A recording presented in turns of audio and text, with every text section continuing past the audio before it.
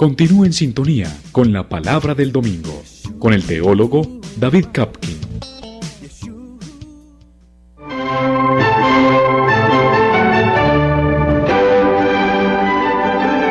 La Palabra del Domingo.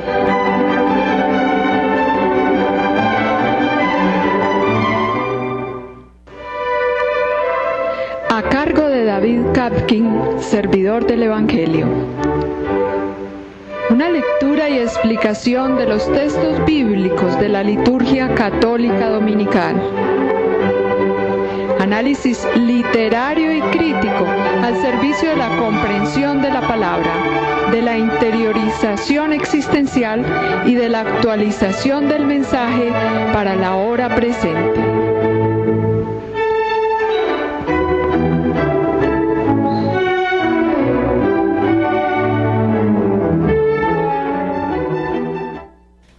Tengan ustedes muy buenos días, amables oyentes. Seguimos pues con nuestra serie La Palabra del Domingo. Se transmite los viernes de 11 a 12 del día, Palabra del Domingo, para comentar las lecturas de la liturgia católica dominical.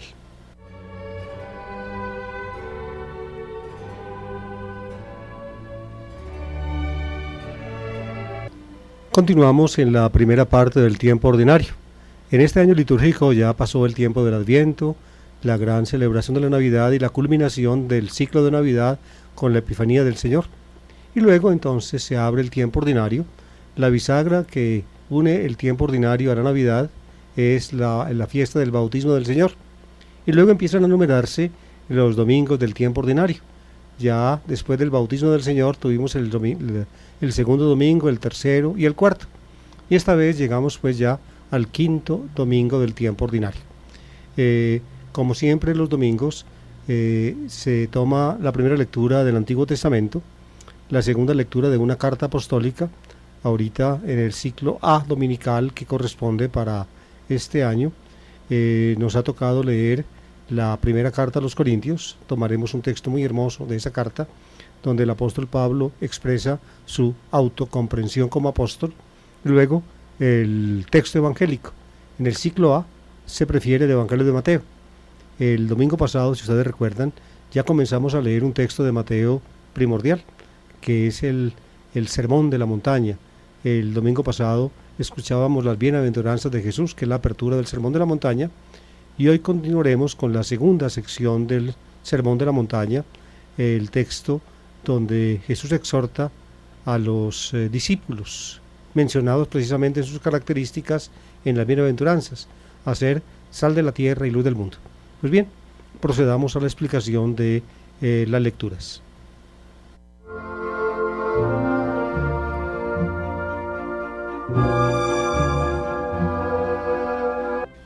La primera lectura está tomada del libro del profeta Isaías en el capítulo 58. Les he dicho muchas veces en este programa y en otros que tengo por la emisora, sobre todo el de Historia de la Biblia, cuando estudiamos ampliamente el libro de Isaías, que precisamente ese libro es el más extenso de la Biblia, tiene 66 capítulos, pero no es un libro que haya sido compuesto de un tirón, sino más bien fue compilado a partir de un núcleo muy antiguo que remonta a la profecía histórica de Isaías a mediados del siglo VIII y en la segunda parte del siglo VIII, y luego fue recogido seguramente todo eso en el tiempo del rey Josías, y luego creció el libro de Isaías con otras colecciones. La más importante es una que se formó en tiempos del exilio. Un profeta anónimo escribió con ojos transfigurados y corazón gozoso, dados los acontecimientos políticos de la época, la caída de Babilonia y el surgimiento de Persia con el rey Ciro de Persia, que permitió pues a los judíos respirar. Algunos volvieron a su tierra. El templo de Jerusalén fue reconstruido, no con la magnificencia del templo antiguo de Salomón. Un templo modesto fue reconstruido a fines del siglo VI, es decir, poco tiempo después de la asunción de Ciro como rey de Persia y la aparición de Darío, uno de sus sucesores, Darío I, un gran rey persa. Pues bien, en esa época aparece una colección llamada por los modernos el segundo Isaías. Se le da ese nombre, digámoslo así, porque finalmente la colección fue añadida a la colección primera de Isaías. Y luego más adelante, ya en el siglo V presumiblemente, se formó otra colección inspirada en el segundo Isaías, de la cual intervinieron probablemente varias manos, que fue llamada el tercer Isaías. Hoy la exégesis reciente, pues ya una colección precisa de un solo profeta con ese nombre, tercer Isaías, o con esa sigla más bien, y la sigla se debe, o el nombre escogido se debe al hecho de que esa colección también se añadió al libro de Isaías, pero realmente pues es una colección mixta de diferentes autores. Hablando en números, diría esto: la colección primera es el llamado el primer Isaías, del capítulo 1 al 39. Tan solo algunos núcleos de esa colección pues remontan o pueden remontar al Isaías histórico. Luego la segunda lección, el segundo Isaías, del 40 al 55, y la tercera colección, que suele ser llamada el tercer Isaías, del 56 al 66. Precisamente el texto que toca leer este domingo pertenece a esa tercera y última parte del libro de Isaías, Isaías 58, 7, 10, y es un texto exhortatorio que supone ya las condiciones de vida de la Jerusalén del tiempo después del exilio, una condición de vida, digamos, modesta, humilde, pero en las profecías del tercer Isaías brilla pues una luz de esperanza muy grande, y en alguna forma pues la luz de esperanza muy grande en la acción de Dios, en alguna forma pues también recae sobre las personas, individualmente sobre las personas, y por eso, porque se habla de luz, fue escogido este texto por los liturgistas para ponerlo como primera lectura de este domingo, dado que Jesús también en el Evangelio nos va a hablar del tema de la luz.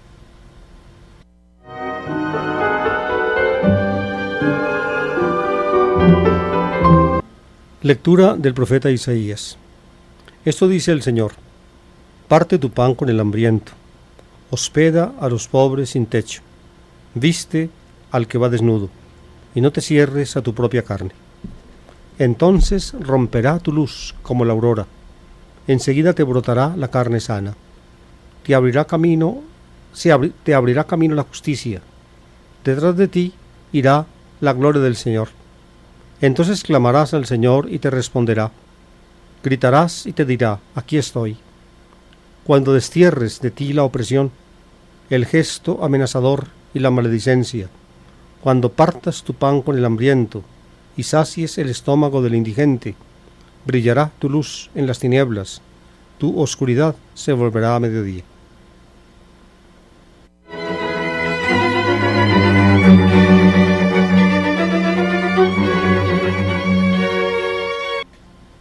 Como les dije, el texto es exhortatorio, parenético. La palabra griega parenesis equivale a exhortación, admonición. Aquí pues el autor, pues dentro de la colección añadida al libro de Isaías, exhorta probablemente a los habitantes de la Jerusalén del siglo V a que tengan una vida de compasión y de misericordia con los menos favorecidos. Si ustedes pusieron cuidado a la lectura que acaban de escuchar, habrán podido caer en cuenta de que ecos de esta lectura pues aparecen en palabras de Jesús en el Evangelio. Por ejemplo, el célebre texto del juicio final, cuando el Hijo del Hombre venga con sus ángeles y se siente en su trono glorioso y se congreguen ante él todas las naciones. Entonces llamará él a los elegidos de Dios. ¿Por qué razón? Porque como dice el texto, dieron de comer al hambriento y de beber al sediento, y hospedaron al peregrino, y vistieron al desnudo, y se compadecieron del preso y del enfermo. Fíjense aquí, y luego también, ustedes seguramente como católicos que son y estudiaron el catecismo, lo recuerdan, las obras de beneficencia, o mejor dicho, las obras de misericordia corporales, como las solemos llamar nosotros, son dar de comer al hambriento, dar de beber al sediento, socorrer, dar posada al peregrino, vestir al desnudo. Ustedes lo recuerdan perfecto, así nos lo enseñaron. El texto de Isaías tiene exactamente la misma lista, por eso la lista del texto de Isaías aparece en el texto en boca de Jesús, en el Evangelio, y aparece en nuestras bienaventuranzas del catecismo. Les recuerdo: parte tu pan con el hambriento, hospeda a los pobres sin techo, viste al desnudo y no te cierres a tu propia carne. Ahí está el hambriento, el peregrino, es decir, el sin techo, el desnudo, a obrar misericordiosamente con ellos. Cuando esto se cumple, el profeta o el texto profético exhorta eso, entonces aparece la recompensa. El texto pues es imperativo: parte tu pan con el hambriento, hospeda al sin techo, y luego sigue la promesa: entonces romperá tu luz como la aurora, y enseguida te brotará la carne sana, te abrirá camino la justicia, detrás de ti irá la gloria del Señor. Es la promesa.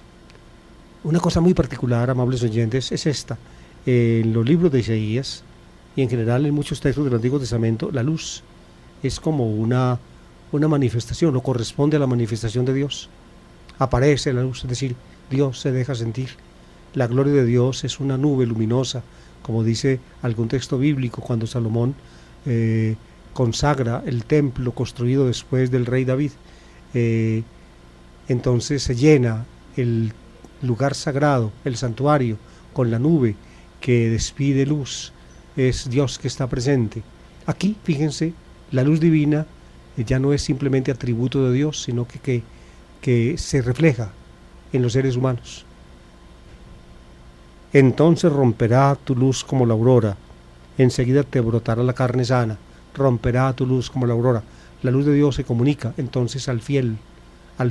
¿Cuándo? Cuando el fiel refleja en su conducta la misericordia y la bondad de Dios. Parte tu pan con el hambriento, hospeda a los pobres sin techo, viste al desnudo. Ahí está. La luz de Dios, pues, en alguna forma se comunica a sus fieles, y se comunica precisamente cuando los fieles del Señor, es decir, los creyentes que cumplen su voluntad, reflejan en sus conductas precisamente lo que Dios quiere. Y lo que Dios quiere, ¿qué es? La misericordia, la compasión, la bondad, en una palabra, el amor.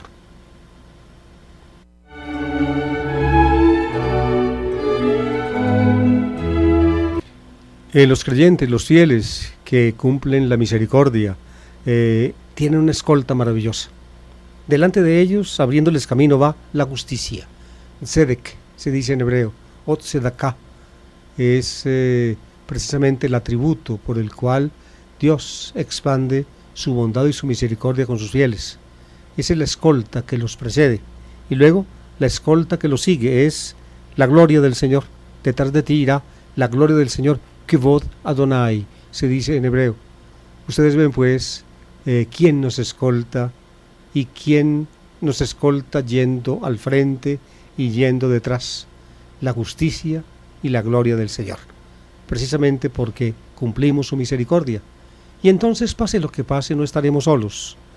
Clamarás al Señor y te responderá: aquí estoy. Gritarás a Él y te dirá: aquí estoy. Nunca, nunca se apartará el Señor de los que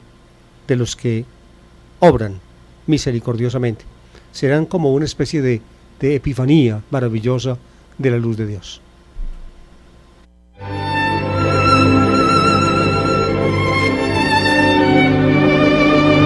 El segundo párrafo de la primera lectura es como una reiteración de lo que dice el primer texto, la primera parte. Con otras palabras, se inculca pues la misericordia, la bondad. Cuando destierres de ti la opresión, el gesto amenazador y la maledicencia, cuando partas tu pan con el hambriento y sacies el estómago del indigente, brillará tu luz en las tinieblas, tu oscuridad se volverá a mediodía. Brillará tu luz. ¿Por qué? Porque es la luz de Dios la que se hace luz en los que reflejan en su conducta, en sus actitudes, en sus comportamientos, la bondad y la misericordia de Dios.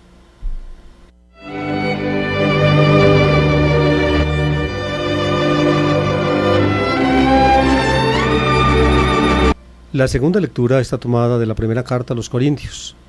Les he enseñado varias veces en estos programas y luego en la historia de la Biblia, cuando lleguemos a esta carta, al pasar pues o al terminar el Antiguo Testamento, que ya llevamos muy adelantado, y llegar al Nuevo Testamento, les explicaré con más detenimiento.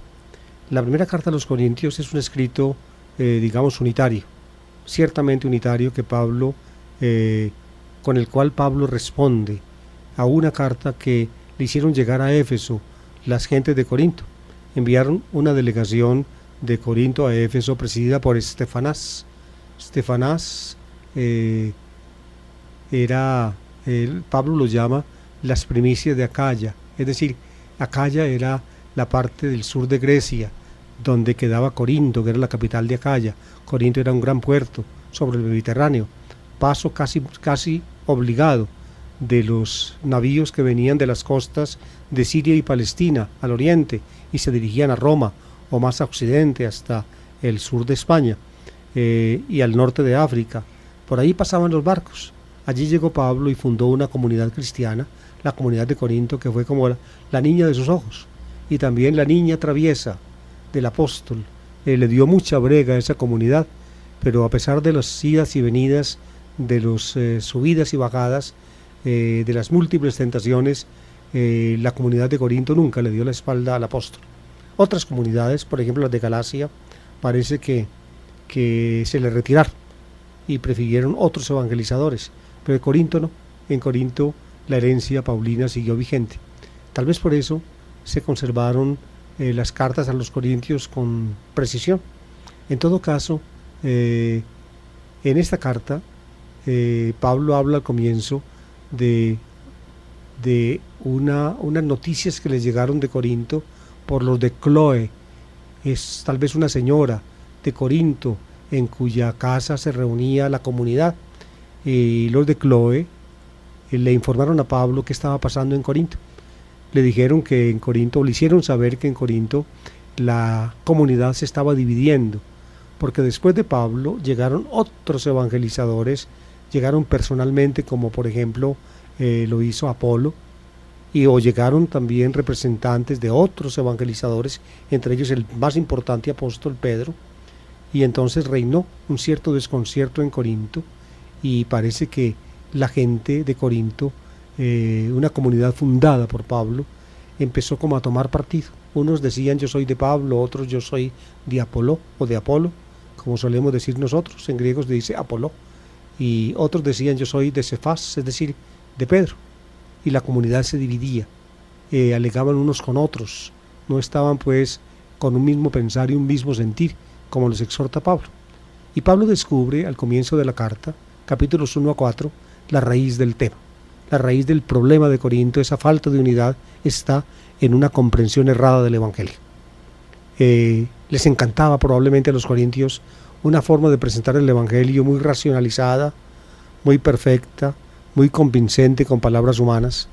Pablo llama a eso un Evangelio predicado en Sofía Logu, en sabiduría de palabra, con mucha retórica, probablemente, como muestran algunos autores recientes, con meditaciones profundas, alegóricas de la Biblia. Probablemente eso era una característica de la predicación de Apolo o de Apolo. En fin, es difícil entrar en los pormenores históricos porque los datos que tenemos son escasos. En todo caso, Pablo, en la primera parte de su carta, toca ese tema. Más adelante en la carta va a responder otras preguntas que le hacen los corintios por medio de la delegación que le mandan, de Estefanás y compañeros, que llegan a Éfeso. Y le mandan una carta, Pablo la lee, y en esa carta le hacen preguntas, y Pablo va respondiendo a las preguntas de los corintios, después de abordar pues ese problema de la falta de unidad al comienzo. Una falta de unidad que según Pablo se debe a una mala comprensión del Evangelio. El Evangelio para Pablo es la palabra, la de la cruz. Ho, logos, ho, tustavru. Así se dice en griego. Ho, logos, la palabra. Ho, la de, tustavru, la de la cruz. Es decir, si se le retira la cruz al Evangelio, entonces Cristo, el crucificado, desaparece del panorama y el cristianismo tiende o puede tender a convertirse en una sabiduría mundana, optimista, sin ascesis, como si los creyentes en el Evangelio estuvieran, digamos, más allá de la cruz. Y resulta que, según Pablo, los creyentes del Evangelio no estamos más allá de la cruz, sino más acá. Por tanto, tenemos en nuestro panorama personal, y en nuestro panorama comunitario la cruz de Cristo. Eso es lo que Pablo desarrolla, el tema que desarrolla en los primeros 4 capítulos de la primera carta a los Corintios. Al principio pues trata este tema, luego muestra cómo en la comunidad misma cristiana se refleja en alguna forma el Evangelio como palabra de la cruz. ¿Por qué? Porque la mayor parte de los llamados a ser cristianos no eran lo mejorcito de este mundo, sino lo de más abajo. Entre vosotros no hay muchos sabios según la carne, ni muchos fuertes, ni muchos bien nacidos, es decir, de alcurnia, sino que ustedes son gente, digámoslo así, sin letras, ustedes son gente sin poder, ustedes son gente de lo común del pueblo, mal nacidos. Esa palabra, ustedes saben, en nuestro idioma, con una cierta vulgaridad se dice como ustedes saben que se dice. Pablo emplea aquí el antónimo, no muchos Evgenis, bien nacidos, Eugenios. Eugenio significa en español el bien nacido. La mayor parte de los corintios no eran tan bien nacidos, no eran de alcurnia, no eran de abolengo, sino gente común, sencilla, del pueblo, los estibadores del puerto, en fin, de Corinto, trabajadores que se ganaban el pan cargando bultos, bajando de los barcos y subiendo a los barcos. Esa era la gente de la iglesia de Corinto, la mayoría. Entonces Pablo dice que ellos, siendo así, fueron los llamados por Dios, los llamados. Por tanto, que en alguna forma la imagen del crucificado se refleja en la comunidad de Corinto. Esa es la última parte, los últimos versículos del capítulo 1. Y luego toma Pablo un tercer argumento en la primera partecita del capítulo 2 y se refiere a sí mismo como apóstol. Les dice: yo también, como evangelizador, soy una imagen viviente de la cruz del Señor. Es lo que les dice. El argumento es impresionante. Pablo, pues, no solamente Cristo, pues, es el crucificado, y si deja de ser el crucificado, se pierde Cristo. La comunidad de Corinto es una imagen de la cruz del Señor, y también la vida del apóstol, y el apóstol mismo en su persona y en su actividad es un reflejo de la cruz del Señor. Eso es lo que vamos a leer enseguida. 1 Corintios 2, 1, 5.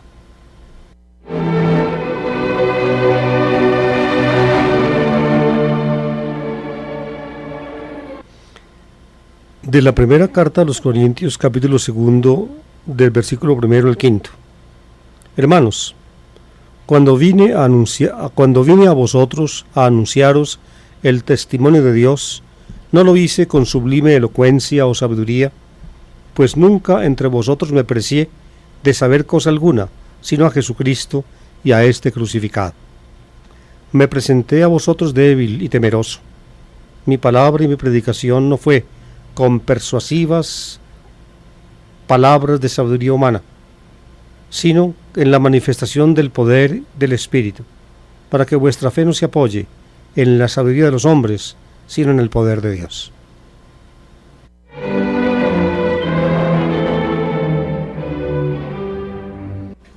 Cuando Pablo fue hecho apóstol por la bondad de Dios, por revelación, le comunicó Dios el Evangelio, que es precisamente su Hijo, el Evangelio de su Hijo. Esa ciencia, ese conocimiento, se lo dio Dios a Pablo por revelación cuando Jesucristo se le manifestó. Y eso es lo que Pablo quiere. Precisamente el conocer la realidad de Jesucristo, el Hijo de Dios, es lo que lo hace a Pablo apóstol. Pues bien, ese conocimiento, que es lo único que tiene, de saber eso él se precia, no de saber ninguna otra cosa, porque lo que tiene que saber uno para poder ser apóstol y evangelizador es Jesucristo. Tiene que conocerlo a él, y cuando lo conoce, uno está lleno de él, y entonces él, que es el crucificado, se refleja en uno. Y entonces el signo de la cruz, que está en el corazón del Evangelio, también se traduce en la figura, en la persona y en la actividad del predicador. El predicador, en alguna forma, lleva consigo, no solamente porque conoce a Cristo crucificado, que le ha sido revelado, sino también lleva en su propia vida, en su propia conducta, la cruz del Señor. Es lo que dice Pablo. Cuando vine a vosotros a anunciaros el testimonio de Dios, no lo hice con sublime elocuencia o sabiduría. Por tanto, la característica de Pablo no fue predicar un evangelio muy sabio, convencer a la gente con recursos retóricos, con elocuencia, mostrar a la gente la lógica interna del cristianismo y hacerla accesible a la razón. No, eso no es. Es mostrarles a Jesucristo y a este crucificado. No me precede saber cosa alguna, dice él, sino a Cristo y a este crucificado. No a Cristo simplemente, sino a este crucificado. La cruz no se le puede arrancar a Jesucristo. Si se le arranca la cruz a Jesucristo, Jesucristo queda desfigurado.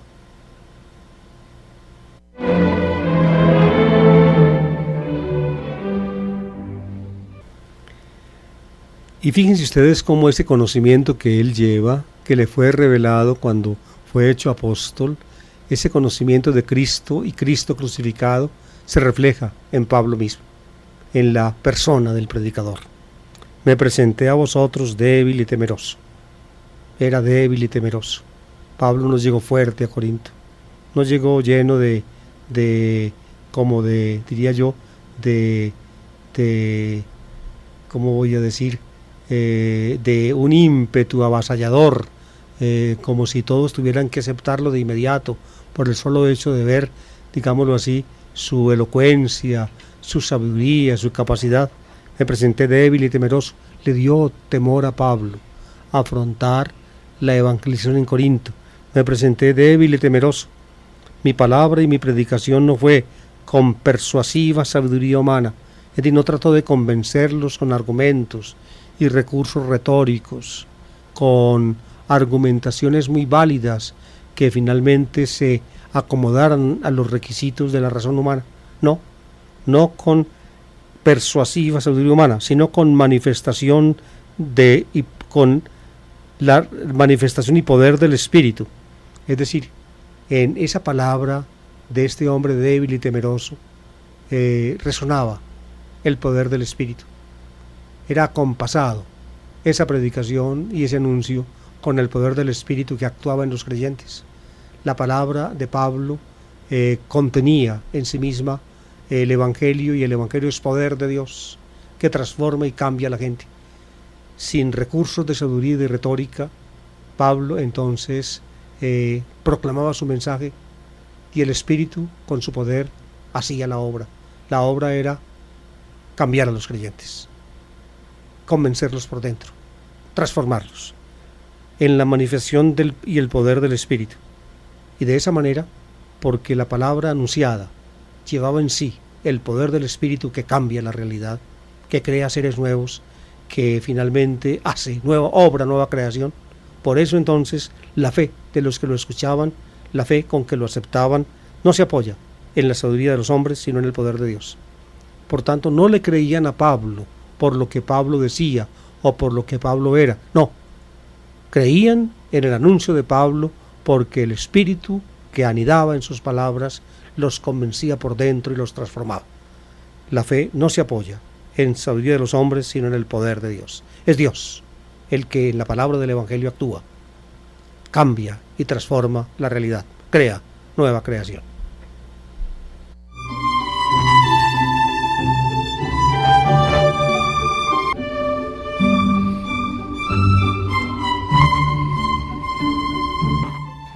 Y así llegamos al texto del Evangelio de San Mateo.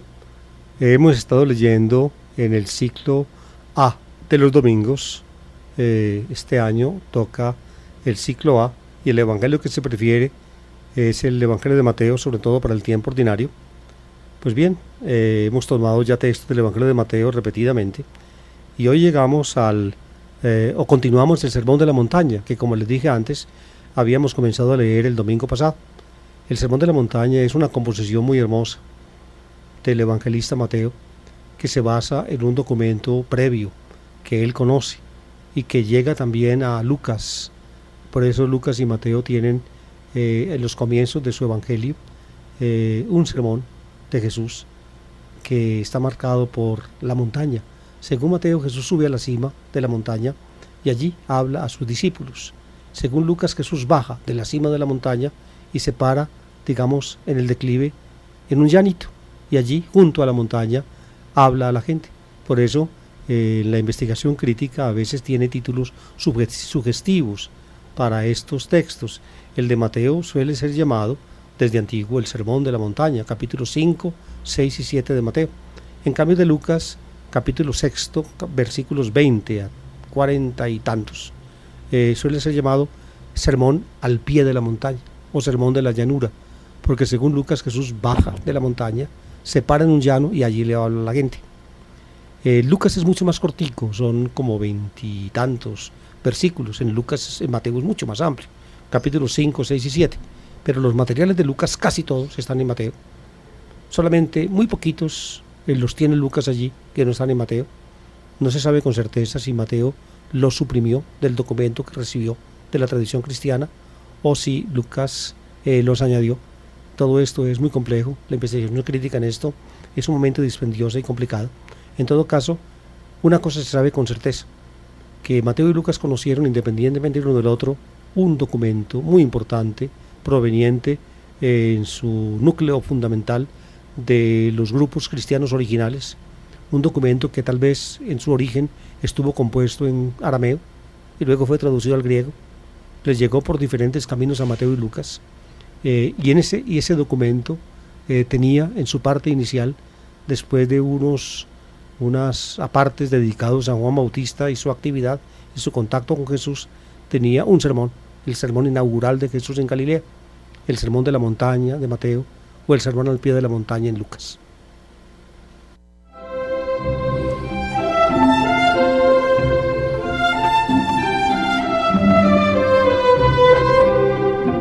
En ambas versiones, la de Mateo y la de Lucas, comienza el sermón con las bienaventuranzas.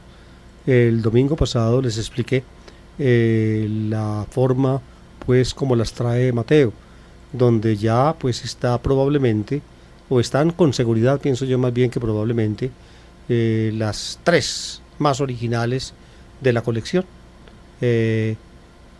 Mateo agranda Mateo, o quizá dentro de la comunidad a la cual Mateo pertenecía. Se amplía las tres con otras más y se hace una colección compleja de 8 bienaventuranzas en un estilo, digamos, regular, y luego se le añade otra más, una novena, en otro estilo. La novena que se le añade está en segunda persona del plural. Las 8 primeras están en tercera persona del plural. Se habla pues de ellos. En cambio la novena se habla de vosotros, de vosotros. Esa novena también está entre las 4 que trae Lucas. Y después de las 3 básicas, que son los pobres, los hambrientos y los que lloran, esa novena, más que reflejar directamente la predicación histórica del Jesús terreno, refleja, diría yo, los padecimientos del pequeño grupo cristiano que se formó entre los judíos y que desde el comienzo pues recibió persecuciones y dificultades.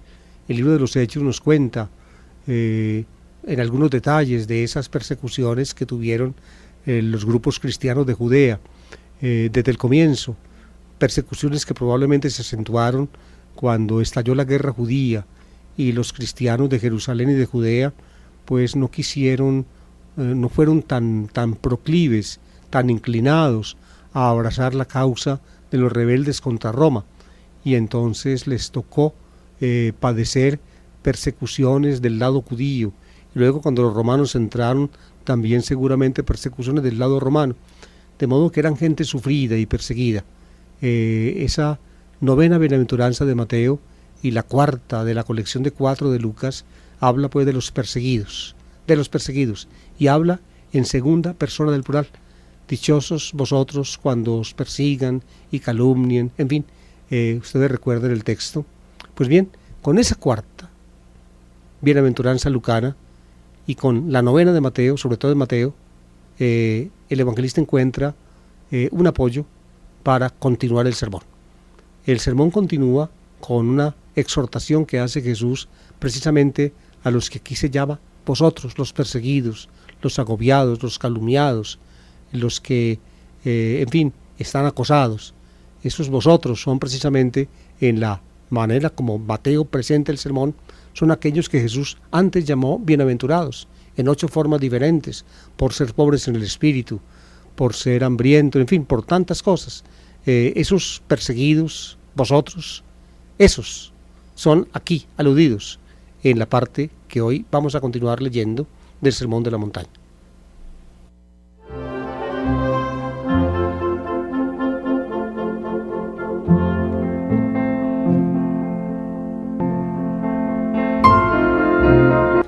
Mateo capítulo 5, versículos 13 a 16.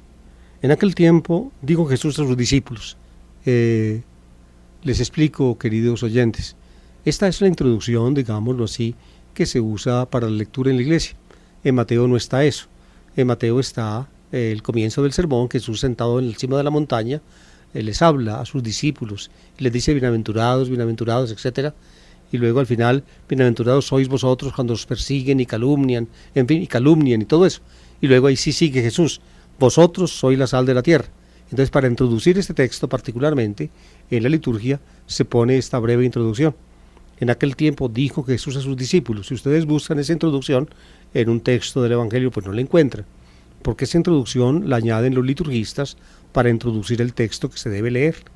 Ustedes encuentran en sus evangelios ya lo siguiente: vosotros sois la sal de la tierra, pero si la sal se vuelve sosa, ¿con qué la salarán? No sirve más que para tirarla fuera y que la pise la gente. Vosotros sois la luz del mundo. No se puede ocultar una ciudad puesta en lo alto de un monte.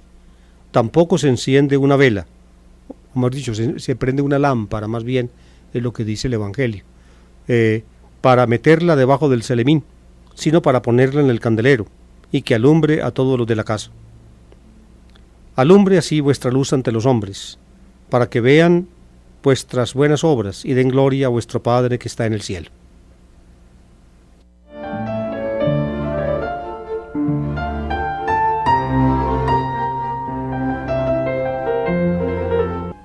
Es el evangelista Mateo, amables oyentes, o quizá el grupo cristiano al cual él pertenece, del cual pues él toma estas tradiciones y las agrupa artísticamente en su obra. Es el evangelista Mateo o el grupo cristiano al cual pertenece el que redacta preciosamente este pequeño pasaje, basado en dos imágenes, la imagen de la sal y la imagen de la luz, y se le sacan consecuencias paranéticas a esas dos imágenes.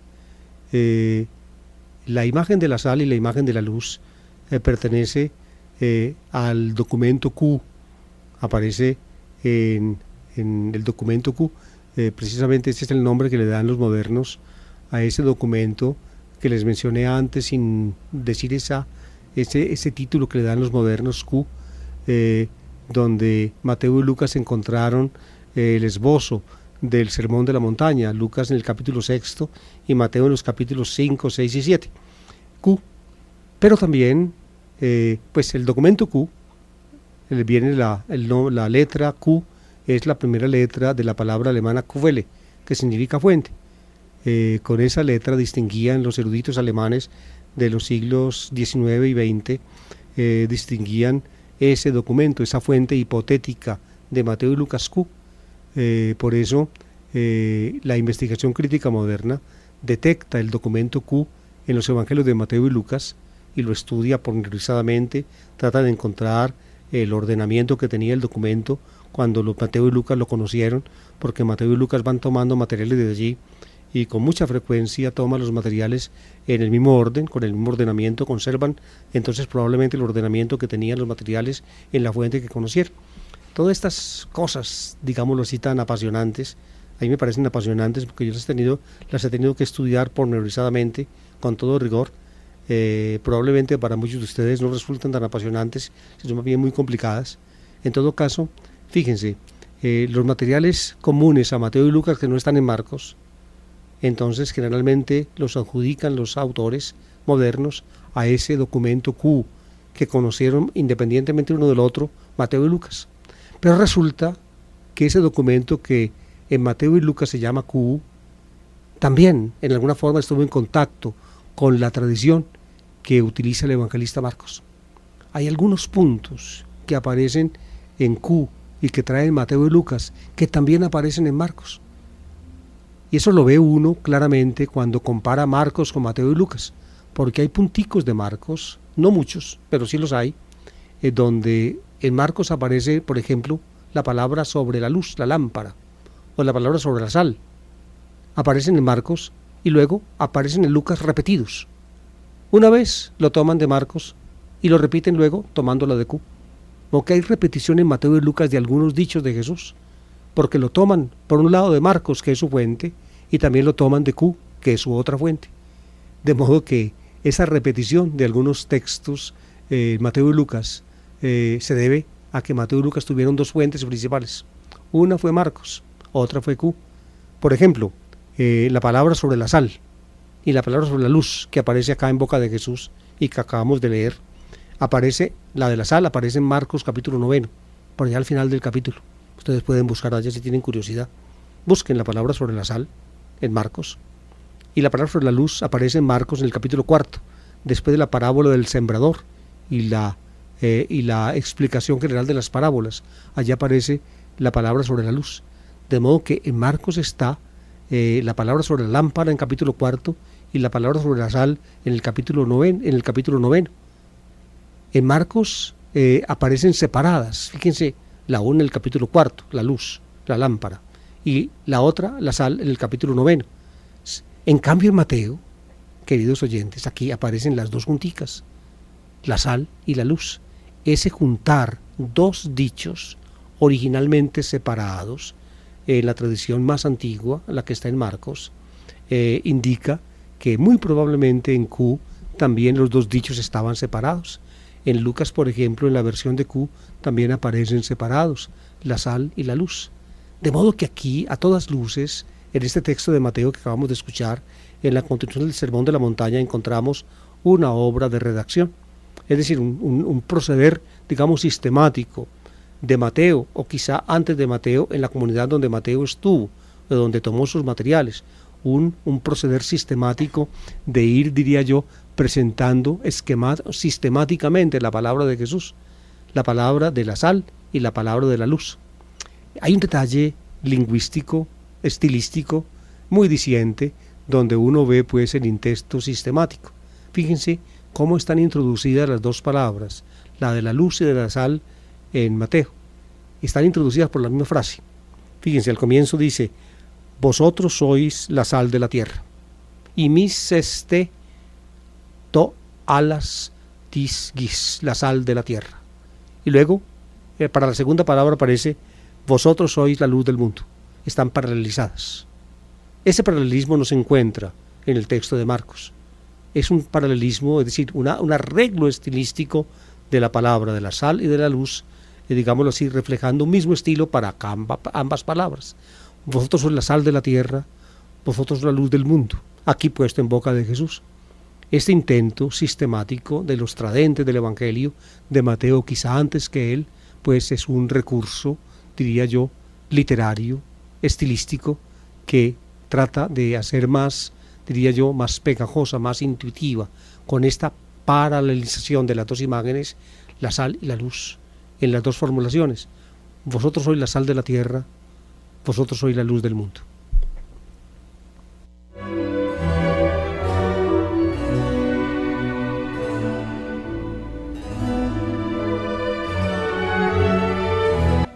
Las dos imágenes son intuitivas y fácilmente comprensibles.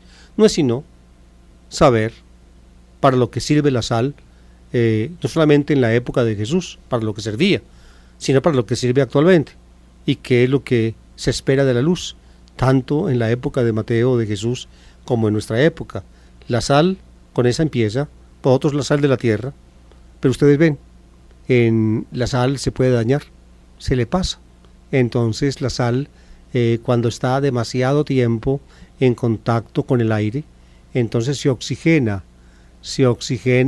y entra el factor OH, los que saben química me van a entender, y entonces de NaCl, que es cloruro de sodio, se pasa a NaOH, que es sosa, es decir, bicarbonato de sodio.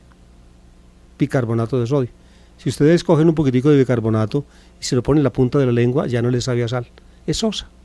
Es sal, digámoslo así, oxigenada, es decir, puesta en contacto con el vapor de agua, con el oxígeno del aire. entonces adquiere el factor OH, NaOH, bicarbonato de sodio, que ya no sabe a sal. Cuando eso es lo que la atmósfera de la Tierra, que tiene hidrógeno y oxígeno, el hidrógeno lo tiene a veces puro, a veces lo tiene en el vapor del agua, entonces hace que la sal, el cloruro de sodio, se convierta en bicarbonato de sodio, la sal sosa, es lo que dice Jesús. Pero si la sal se vuelve sosa, es decir, pierde su sabor, en la tradición de Marcos, es decir, aparecen dos verbos diferentes en Q y en Marcos para decir esa idea. No recalco en todo eso porque se volvería muy complicada esta explicación. Lo importante es interpretar la imagen. La sal en sí misma, cloruro de sodio puro, ¿para qué sirve? Pues sirve para darle sabor a las comidas. Con bicarbonato las comidas no quedan sabiendo a nada. Si en lugar de sal le echan bicarbonato a la comida, perdieron el tiempo, porque finalmente eso no sala. Si la sal se vuelve sosa, ¿con qué la salarán? ¿Cómo se va a convertir o revertir el cloro de sodio convertido en bicarbonato de sodio otra vez es el cloro de sodio? No hay manera, porque el cloro se difunde en la atmósfera y lo reemplaza el factor OH. El cloro de sodio se pierde, el cloro es un vaporcito, hasta donde recuerdo yo de la química que estudié hace 50 años, verdosito, que fácilmente revierte a la atmósfera o va a la atmósfera. ¿Con qué salarán una sal sosa? En Palestina, en tiempos de Jesús, tomaban la sal del Mar Muerto. Es un conjunto de agua vasto, muy salado, con cloro de sodio y también cloro de magnesio. Sacaban de allí grandes bloques de sal y la gente los conseguía en el mercado, los subían del Mar Muerto y los vendían en Jerusalén y en las ciudades de Judea o de Judá, y allí de Galilea también, y allí los usaba la gente en la cocina para salar los alimentos. Pero con el tiempo, pues la sal, el cloro de sodio, se volvía bicarbonato de sodio. ¿Y para qué servían esos bloques de sal? Pues para nada, los botaban a la calle y que los pisara la gente. A veces los ponían en el umbral de la casa, y los que llegaban entonces se frotaban ahí los pies como masajeándolos para botarla fuera y que la pise la gente. Ese botarla fuera es una alusión que hace aquí el evangelista Mateo, que se compagina con otros detalles de su obra, cuando a los que no cumplen la voluntad de Dios los tiran fuera, los arrojan fuera, como al hombre del banquete que no estaba vestido con el vestido nupcial, lo arrojan fuera a las tinieblas exteriores. Los lectores de Mateo pues entienden esta alusión implícita que hace el evangelista. La sal vuelta sosa es inútil, completamente inútil, la botan.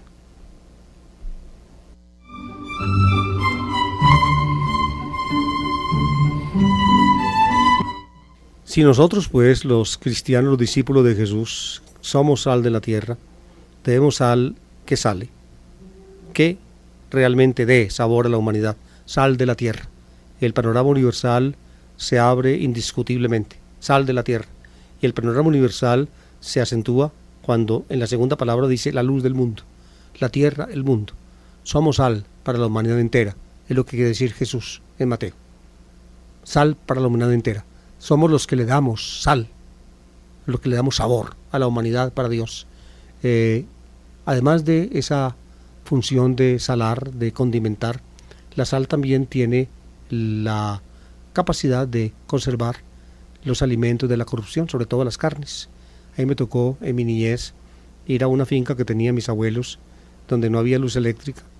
Entonces compraban la carne en el mercado y la salaban, quedaba saladita, la colgaban de un garabato encima del fogón que era de leña, y duraba la carnecita comprada el domingo en el mercado, duraba hasta el miércoles todavía se podía comer, ya los demás días de la semana pues había que comer el huevito o otras cositas, porque ya no volvía a haber carne hasta el domingo siguiente, para preservar de la corrupción. Los cristianos somos sal de la tierra porque condimentamos la humanidad para Dios y porque preservamos la humanidad de la corrupción.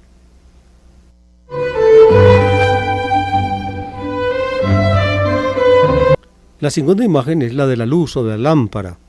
Vosotros sois la luz del mundo. les hice notar cómo la introducción de la palabra de la sal y la introducción de la palabra de luz son claramente redaccionales, es decir, están calcadas la una en la otra. Vosotros sois la sal de la tierra y luego vosotros sois la luz del mundo. Ustedes ven, el intento del paralelismo es evidente. La luz del mundo, to phos tu cosmo, dice el texto griego de Mateo, to phos, la luz del mundo, la luz del mundo. Enseguida de esa introducción, Mateo introduce una que es de su propio cuño. No se puede ocultar una ciudad puesta en lo alto del monte. Se va a decir que la luz, en este caso la vela o la lámpara, son para alumbrar, por tanto se ponen altas. También una ciudad puesta en lo alto de un monte se ve de todas partes. Aquí hay una alusión tradicional bíblica a Jerusalén en la cima de los montes, pero pienso yo que más que Jerusalén aquí, o por encima de Jerusalén aquí se piensa en la comunidad cristiana, que es como la ciudad puesta en lo alto de un monte. Son una insignia para la humanidad, algo que la humanidad debe mirar y ver para tratar de acercarse a ella. Ustedes ven los textos de Mateo, la exhortación aquí es intuitiva. Por eso da tristeza, amables oyentes, cuando nosotros vemos hoy que en nuestro cristianismo actual, y eso ha pasado en alguna forma en todos los tiempos, por eso ya Mateo refleja eso en la forma como escribe, que finalmente perdemos el carácter de luz, perdemos el carácter de sal, y muchas veces ya no nos miran a nosotros como ejemplo, insignia o paradigma de humanidad, sino más bien como objeto de desprecio, precisamente no tanto porque nos quieran despreciar, sino porque a veces nuestra conducta es tan abyecta que nos hacemos acreedores del desprecio de las demás personas.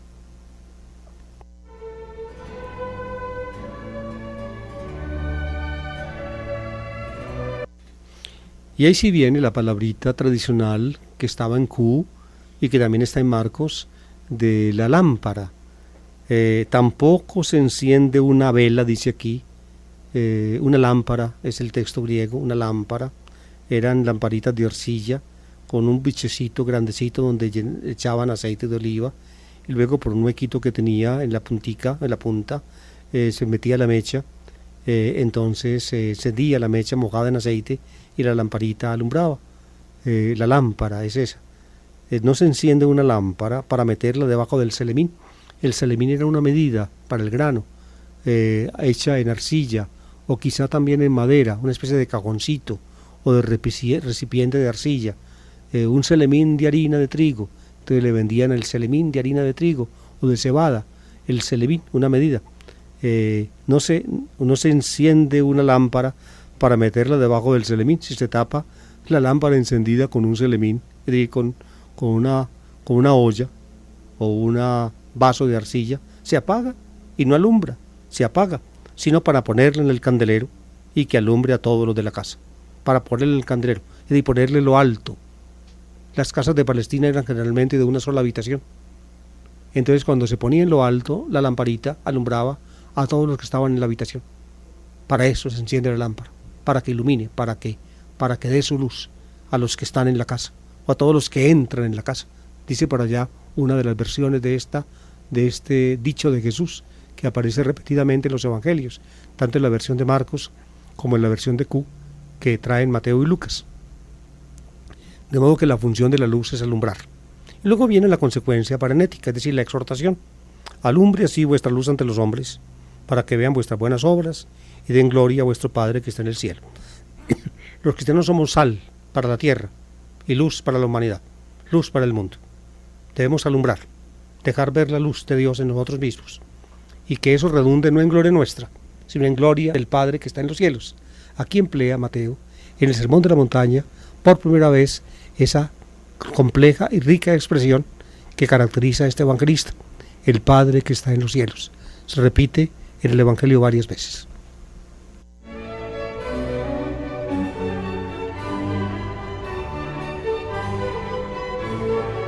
Y así, queridos oyentes, terminamos por hoy nuestra palabra del domingo. Espero que este mensaje pues haya calado en sus corazones. Que tengan una feliz tarde.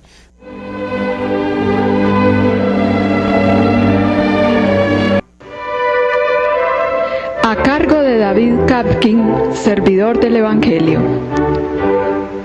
Una lectura y explicación de los textos bíblicos de la liturgia católica dominical. Análisis literario y crítico al servicio de la comprensión de la palabra, de la interiorización existencial y de la actualización del mensaje para la hora presente.